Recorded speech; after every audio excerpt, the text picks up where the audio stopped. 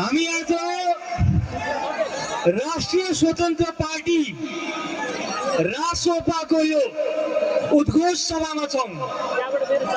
रासोपा आफ्नो अनुशासनले चिनिन्छ, रासोपा शान्तिले चिनिन्छ, रासोपा नीलो रङले चिनिन्छ। र आज यो मधेसको भूमि हो रासोपा, मधेसको छोरा, यो दुनियाँले अहिलेसम्म नदेखेको मधेसी अनुहार यो देशको नेतृत्वको केन्द्रमा रहनको लागि रासोपाले बनाएको मधेसका छोरा बालेन्द्र शाहलाई प्रधानमन्त्री देख्न चाहन्छ।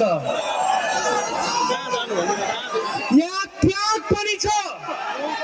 रासोपा सभापति रवि लामिछानेको त्याग र मधेसी छोरा बालेन्द्रको क्षमता को उद्घोष मधेसले गरिरहेको छ।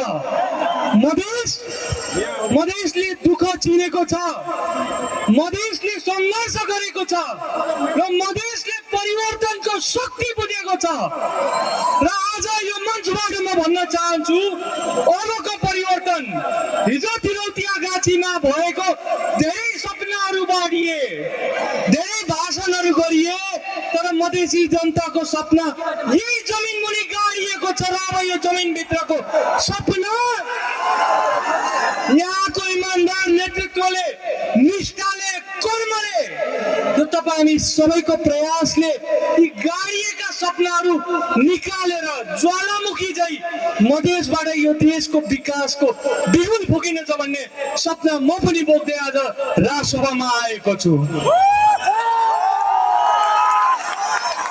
र धेरै लामो भाषण दिन चाहन्न।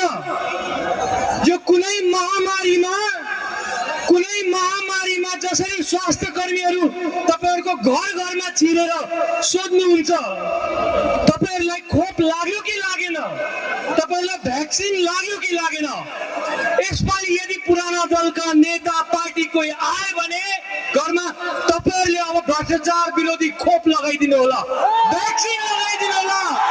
र हरेक घरमा जसरी तपाईहरुलाई ती पुराना सडे गलेका नेताहरूले देखेनन्, जसरी तपाईहरुलाई सुनेनन्, आजको 1.5 महिनासम्म तपाईहरु ती नेताहरूले बोल्दाखेरि कान बन्द गर्नु होला। ती नेताहरू तपाईको गलीमा हिँड्दाखेरि आँखा चिम्लिदिनु होला र घर घरमा सोध्नु होला कि यो घरमा भ्रष्टाचार विरोधको खोप लागिएको छ कि छैन भनेर। त्यो खोप नीलो खोप हो, त्यो खोप घन्टीको आवाज आउने खोप हो। र मधेसले यसपालि यो देशलाई देखाइदिनेवाला छ कि हरेक घरमा, हरेक गलीमा, हरेक समाजमा र यो देशलाई नै भ्रष्टाचार नामक कीटाणुबाट मुक्त गर्दै अब मधेसले आफ्नो अस्तित्व, नेतृत्वमा आफ्नो केन्द्र भेट्नेछन्। धन्यवाद।